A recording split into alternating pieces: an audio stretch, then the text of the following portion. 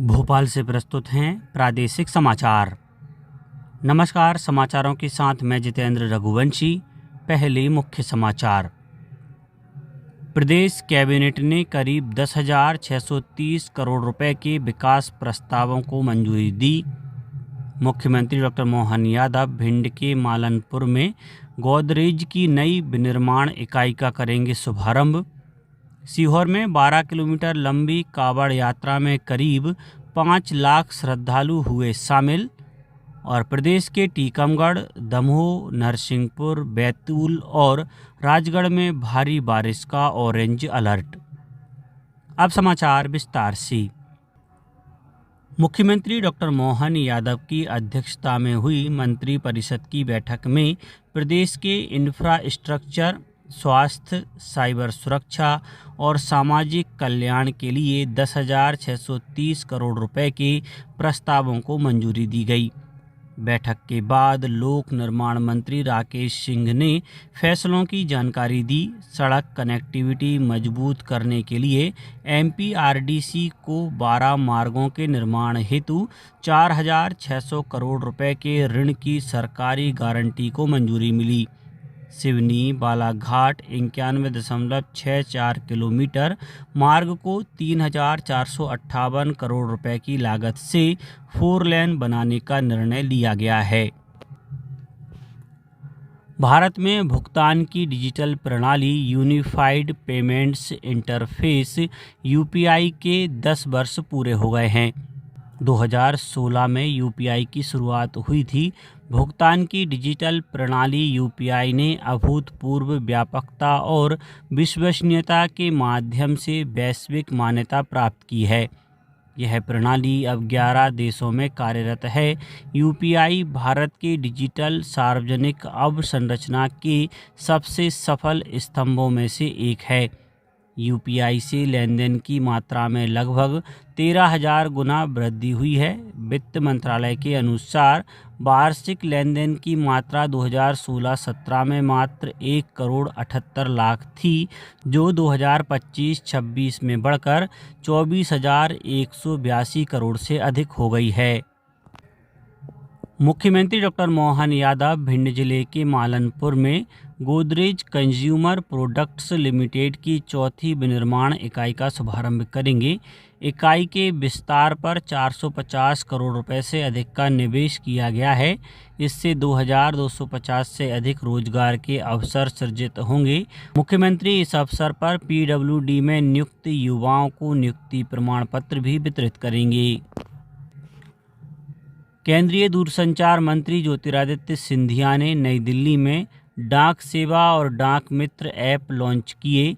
इस अवसर पर उन्होंने कहा कि डाक विभाग ने 2 साल की मेहनत के बाद नई ऊर्जा के साथ इन डिजिटल सेवाओं को शुरू किया है। उन्होंने कहा कि डाक मित्र ऐप ग्रामीण डाक सेवकों के लिए है, ताकि वे उपभोक्ताओं को डाक विभाग की सेवाएं सुगमता और सुरक्षित तरीके से उपलब्ध करा सकें। सीहोर में सीवन नदी से कुबरेश्वर धाम तक करीब 12 किलोमीटर लंबी कांवड़ यात्रा संपन्न हुई। मंदिर प्रशासन के अनुसार एक दिन में करीब 5 लाख श्रद्धालुओं ने दर्शन किए। बारिश के बावजूद महाराष्ट्र, हरियाणा, पंजाब और उत्तर प्रदेश सहित कई राज्यों से श्रद्धालु कांवड़ लेकर यात्रा में शामिल हुए। पंडित प्रदीप मिश्रा ने भी कांवड़ यात्रा में हिस्सा लिया। भारी भीड़ के चलते सीवन नदी घाट पर प्रवेश प्रतिबंधित रहा और पुल पर जल भरने की व्यवस्था की गई। यात्रा में 1200 से अधिक पुलिसकर्मी और 5 मेडिकल पॉइंट तैनात रहे। यातायात व्यवस्था के लिए इंदौर भोपाल मार्ग पर डायवर्जन भी लागू किया गया। धार में भोजशाला विवाद को लेकर कल दोपहर 1 बजे तक आधा दिन का बंद रखा गया। बंद का शहर में व्यापक असर रहा और बाजार बंद रहे। इसके बाद बड़ी संख्या में नागरिकों ने लालबाग से कलेक्ट्रेट तक रैली निकाली और सुप्रीम कोर्ट के अंतरिम आदेश के पालन की मांग को लेकर कलेक्टर राजीव रंजन मीणा को ज्ञापन सौंपा। बंद के दौरान स्थिति शांतिपूर्ण रही। कलेक्टर ने कहा कि मामला न्यायालयीन प्रक्रिया से जुड़ा है, इसलिए तथ्यों का परीक्षण कर नियमानुसार कार्यवाही की जाएगी। कृषि एवं किसान कल्याण मंत्री शिवराज सिंह चौहान ने कृषि डिग्री कार्यक्रमों के माध्यम से युवा छात्रों को प्रशिक्षित करने के महत्व पर बल दिया है। नई दिल्ली में ICAR संस्थानों के कुलपतियों और निदेशकों के सम्मेलन का उद्घाटन करते हुए श्री चौहान ने कहा कि कृषि शिक्षा में कृत्रिम बुद्धिमत्ता AI को शामिल करना समय की मांग है। कृषि शिक्षा के बारे में उन्होंने कहा कि ऐसी शिक्षा कक्षा में नहीं बल्कि खेतों में अन्य किसानों के बीच दी जानी चाहिए।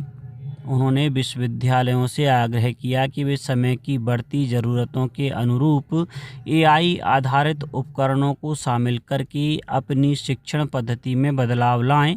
उन्होंने कुलपतियों से छात्रों के साथ अनौपचारिक संबंध बनाने की अपील की ताकि उनसे सर्वोत्तम परिणाम प्राप्त किए जा सकें। मुख्य निर्वाचन आयुक्त ज्ञानेश कुमार ने कहा है कि बूथ लेवल अधिकारी यानी BLO भारत के लोकतंत्र के आधारभूत स्तंभ हैं। उन्होंने लखनऊ में उत्तर प्रदेश के 500 से अधिक BLO और 30 BLO पर्यवेक्षकों के साथ संवाद किया। उन्होंने कहा कि BLO चुनावी प्रक्रिया में विश्वास और पारदर्शिता के महत्वपूर्ण वाहक हैं तथा मतदाताओं के साथ निर्वाचन आयोग का पहला संपर्क हैं। उन्होंने मतदाता सूची तैयार करने में BLO की भूमिका की सराहना की। ऊर्जा मंत्री प्रद्युम्न सिंह तोमर ने मंत्रालय में विभागीय योजनाओं की समीक्षा के दौरान रबी सीजन में किसानों को पर्याप्त और गुणवत्तापूर्ण बिजली उपलब्ध कराने के निर्देश दिए गए हैं। उन्होंने ट्रांसफार्मर और बिजली लाइनों का मेंटेनेंस कराने, फीडर ट्रिपिंग कम करने और पावर ट्रांसफार्मरों की ओवरलोडिंग घटाने के लिए कार्ययोजना बनाने के निर्देश भी दिए। अब बात मौसम की। प्रदेश में बारिश का दौर जारी रहेगा। मौसम विभाग ने टीकमगढ़, दमोह, नरसिंहपुर, बैतूल और राजगढ़ में ऑरेंज अलर्ट जारी किया है। इन जिलों में 2.5 इंच से ज़्यादा बारिश हो सकती है। वहीं 20 अन्य जिलों में भी भारी बारिश की संभावना है। मौसम विभाग के अनुसार अगले 3 दिन बारिश जारी रहने का अनुमान है। सोमवार को भोपाल, नर्मदापुरम, शिवपुरी और सागर समेत कई जिलों में तेज बारिश हुई। अब कुछ समाचार संक्षेप में। रक्षाबंधन के अवसर पर शिवपुरी सर्किल जेल में 28 अगस्त को बंदियों से खुली मुलाकात होगी। नीमच जिले में नालसा के 60 दिवसीय मेगा ड्राइव का शुभारंभ मनासा तहसील के ग्राम बरडिया से हुआ। राजगढ़ में आयोजित जन सुनवाई में आम लोगों की समस्याएं सुनी गईं। टीकमगढ़ जिले में संत शिरोमणि गुरु रविदास की 650वीं जयंती के उपलक्ष्य में सामाजिक समरसता संकल्प अभियान के तहत यात्रा बड़ा गांव धसान पहुंची। मुरैना में अनुसूचित जाति वर्ग के युवाओं के लिए डॉक्टर भीमराव अंबेडकर आर्थिक कल्याण और संत रविदास स्वरोजगार योजना के तहत आवेदन आमंत्रित किए गए हैं। खंडवा में सशक्त युवा सशक्त भारत अभियान के तहत होली स्पिरिट स्कूल के 10वीं कक्षा के विद्यार्थियों ने जिला एवं सत्र न्यायालय का शैक्षणिक भ्रमण किया। और मुख्यमंत्री जन कल्याण संबल योजना के तहत श्योपुर जिले के 182 श्रमिक परिवारों के बैंक खातों में 3 करोड़ 92 लाख रुपए की अनुग्रह सहायता राशि अंतरित की गई। अंत में मुख्य समाचार एक बार फिर। प्रदेश कैबिनेट ने करीब 10,630 करोड़ रुपए के विकास प्रस्तावों को मंजूरी दी। मुख्यमंत्री डॉक्टर मोहन यादव भिंड के मालनपुर में गोदरेज की नई विनिर्माण इकाई का करेंगे शुभारंभ।